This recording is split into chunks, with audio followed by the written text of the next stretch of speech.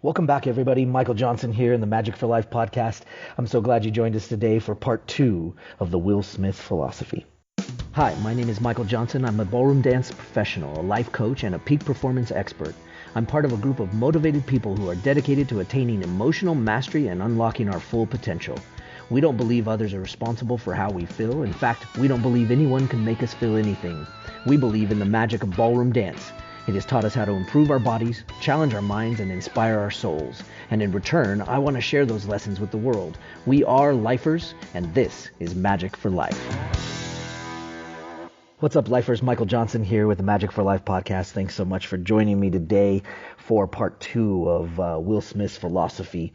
And, I'm so excited to share with you this next piece. It's one of my favorite parts of this interview. And if you joined us yesterday, we talked about the first portion of his interview, and I read a little bit to you about that interview. I have a next section all set up and ready to go, so I'm going to jump right in and start reading that to you, and then we'll talk about it a little bit at the end. So let's jump right in. He says, "You don't try to build a wall. You don't set out to build a wall. You don't say, I'm going to build the biggest, baddest wall that's ever been built. You say, I'm going to lay this brick as perfectly as a brick can be laid.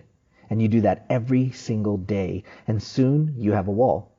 It's difficult to take the first step when you look how big the task is. The task is never huge to me. It's always one brick.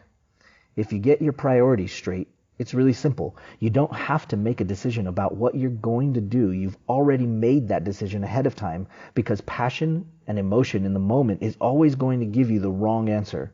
So if you do the math ahead of time, it's not an issue in the moment. It's an idea that my grandmother always had, that if you're going to be there, then there's a necessity to make a difference. She always instilled the spiritual responsibility you have to make every group you come into contact with better. I want to do good.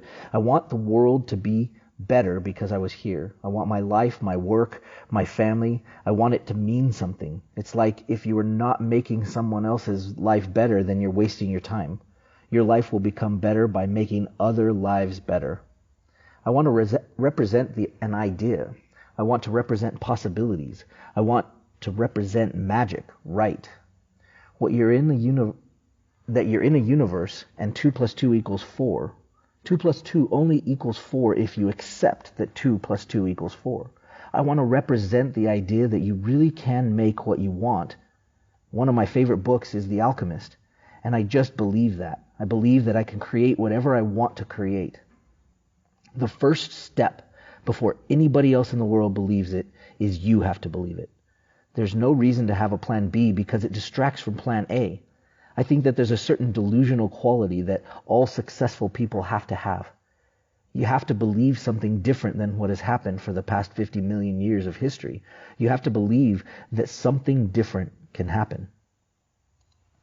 This is one of my favorite sections of this speech, and honestly, I didn't read it the first time when I first came across it. I actually saw it on video, so you can easily look up that video of that interview. It's all over the place, and I encourage you to listen to Will Smith presenting that, because he's got an infectious energy about him that makes you want to pay attention and makes you want to listen. So hopefully I did at least a little bit of justice to reading it in some of the energy that he has. But more importantly, I just want to talk about a few of the ideas and the principles that he talked about in there. In the beginning, he talked about you don't try to build a wall, you lay one brick at a time. And that's a really big deal, because in so many instances, how many times have you, I know I have, but how many times have you set out to do something and you just couldn't get started because you looked at how massive the project was, and so you procrastinated and you put it off, and really you just needed to lay one brick at a time. And we live in a generation now with video games, and a lot of us grew up playing video games. Not everybody's into it, it's not everybody's thing, I understand that, but we have to use some of those skills that are positive from the video games. And one of the things that I remember understanding and learning is that you had to get one piece down at a time. I was around when the first a couple of Mario Brothers came out on the Nintendo. I know that dates me, but it was such a fun game. But it was one step at a time. You'd go through a level, and you'd have to get good at one section, and you'd have to get so good at that one section that you could make it to the next section. And then you'd probably, fall off a cliff or run into a bad guy and have to start again. But you had to be good enough to make it through that section that you previously had made it through. And that's literally just one brick at a time. It's one piece at a time. And so some of you out there that have learned video games through the years, and that's kind of a thing for you, that's it. You get it. Those of you that have started really big projects or started companies, you get it. You got to start somewhere, and in some instances you have this great big vision of the goal, and you're thinking to yourself, you know what, I should do that. I should really put some effort into that and make it good. But you don't get started because it just seems so massive. So it's just one brick at a time. He talked about having your priorities straight. He talked about making the decision ahead of time of what it is that you want to do, because in the moment, passion and emotion can lead you astray. And we've all been victim of that, I think. And really, if you just look inside and realize, hey, you know what, that's probably happened to me. You get into a moment and you make a decision off of the emotional state that you're in, and sometimes it's not the right decision because you haven't decided what it is that you really want. And honestly, from my experience in dealing with top performers and athletes and working on trying to get people to their absolute peak, what I've experienced is that in many instances, these athletes that are successful are so clear on what they want. They're so clear on what the outcome is that they're shooting for, that the decisions in the moment become easier. It's easier to do the extra set of push-ups. It's easier to run that extra mile. It's easier to do all of the things that are hard on each step. Each time you lay that brick, it gets easier when you actually understand what your priorities are and what it is that is important to you. And so that's a huge piece of that. He then goes on to talk about, the typical, what our parents have passed on. And he talks about what his grandmother instilled in him, that being here kind of leaves us with this responsibility to do something better for the world. And gosh, what better message can you get? Guys, we've got to do something better. We've got to do something better for the next generation. And if you are that next generation, you've got to do something better for the next one. You don't have to save the world. You don't have to solve every problem, but your little piece, your little action that you can begin with is going to make a huge difference. Be here to make something better for the next group, for the next person coming down the line. And one of my favorite passages talking about this idea was just from a Marine that did a commencement speech. You may have seen it on the internet, and he basically pointed out that, gosh, if you could just help one person, and that one person could help two other people, and that those two other people could help, two other people. Now, he did it in tens, but the idea is simple. It gets exponential as you go. So help somebody, help one person. It might just be one of your friends that's having a hard time, but, put some time and effort into really making sure that you're here making a difference, not just for yourself, but for the others around you. One of the things that I really loved about this, and he talked about it in his interview, he's very comical, as we know Will Smith can be. He has a great sense of humor and has a way of making us laugh. But he talked about this idea that in our universe, 2 + 2 = 4, and the fact that if 2 + 2 = 4, it only equals 4 if you accept that. And it's ironic, math is math, and I get that. And some of you out there that are math junkies are probably going, it is 4, and it will never be anything besides 4. And I get that, but I understand, too, that the intention here was much greater than that. The things that we focus on, we can get. You look back at what people said was reality through our history as a human race. And, they thought Edison was a freaking crazy man for thinking he could flip a switch and the room could light up without fire. And, he was considered crazy, and wouldn't you be if you were trying to create something that didn't exist and that didn't have any sort of reality in this world? And so, in essence, that's what I believe that he's getting across. It's not so much that he's denying the math of this, but it's that he is accepting the idea that you can create a reality that you wish. And there are so many different ways to do that, from an emotional standpoint and from a tangible standpoint. And no matter what it is that you believe, across the board, whatever religion you believe, whatever faith you have, it doesn't matter.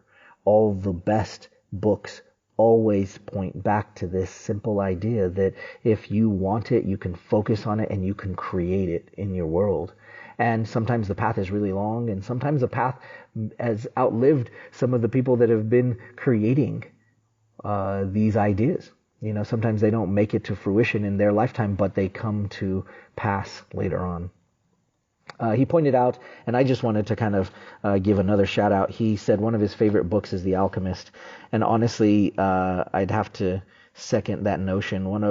It's definitely one of my favorite books that I've ever read. It was life-changing. So, for me, I had heard numerous mentors of mine through the years talk to me so many times and indicate to me, hey, you should read The Alchemist. Hey, you should read The Alchemist. And gosh, I had heard it so many times. And finally, I was like, okay, fine, I'll read The Alchemist. It was kind of one of those things where it was like, if everybody's doing it, I'm going to go the other direction, just to be different. But I finally read it. At this point, I've read it numerous times to my kids. I've read it myself numerous times. And honestly, if you haven't read it, just suck it up and go read it. It's a super easy read. You can finish it fairly quickly. And it's such a great book with such a great message. And really, it's worth your time. So I would highly suggest going and getting it. You can find it at every bookstore. They carry it in stock all the time. And then as we move into the last section of this piece that I read today, this is quite possibly my favorite section, and I teach this on a regular basis. In fact, it's kind of become a bit of a battle cry for my athletes and my dancers and all of my peak performers that I work with on a regular basis. And that's the part, and I'll read it one more time. The first step before anybody else in the world believes it is you have to believe it. And that one little thing has so much power, that one little idea. When you can understand very completely that the things that you believe really affect your world and what you see and how you see what's around you and what you'll be able to accomplish, then you can really start to make some positive changes.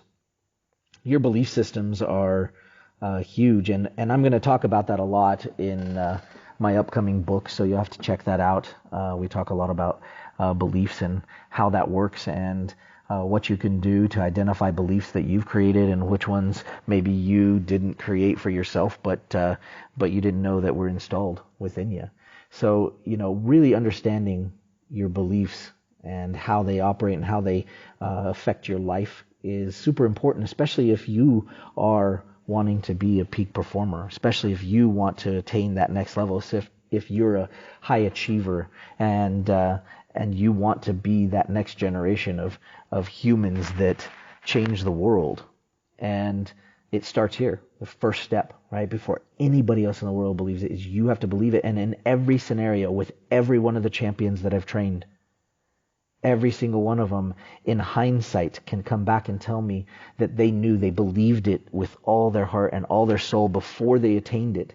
They believed it. And in fact, they believed it so much more that they actually had to build up the walls of defense around them because the people around them didn't believe it, and in many instances were saying, maybe you're delusional.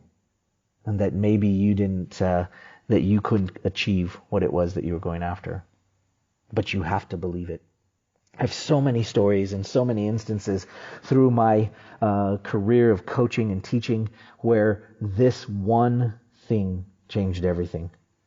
From the team that I worked with that were the underdogs and had never beaten another team. And they came back and beat them because they instilled within themselves belief that was stronger than anything that they had before. This belief is huge. This idea is pretty simple. You have to believe it. Figure out what it is you want. And this whole passage that we read today is all about that. Decide what it is you want. Start laying one brick at a time. Make sure you're clear on your priorities and what it is that you want to do. And then believe it. Believe that you can change it. Believe that you can create it. And believe that you can move forward positively towards attaining that goal and that thing that is so much part of your soul, that you have passion for, that you are excited to create. And along the way, I know you'll be able to help and change people's lives and affect them in a positive way. I hope you enjoyed today's podcast, and if you haven't yet already, make sure you like or subscribe, turn on your notifications for getting all of our podcasts. We'll be having a lot of them coming out soon, and keep an eye out for my upcoming book. It's going to be awesome, talking a lot about peak performance and emotional mastery. We're excited to get it out to you. That's coming soon. But we appreciate you, and keep working on being that lifer that you're becoming, and go after your dreams. Don't put them down. It's time to pick them back up. Anything that you've had on your list that you've said, I've got to keep doing, it's time. It's time to pick it up. It's time to believe you can achieve it. It is time to become that peak performer and take your place in that group of being a lifer, someone who will change the world. We'll see you on the next podcast, and have a great day. Bye-bye. Are you loving Majic for Life? Please like and share our podcast on iTunes or wherever you listen to your podcasts. Want more magic for your life? Join me for some great Facebook Lives on the official Facebook page at Michael A. Johnson Official.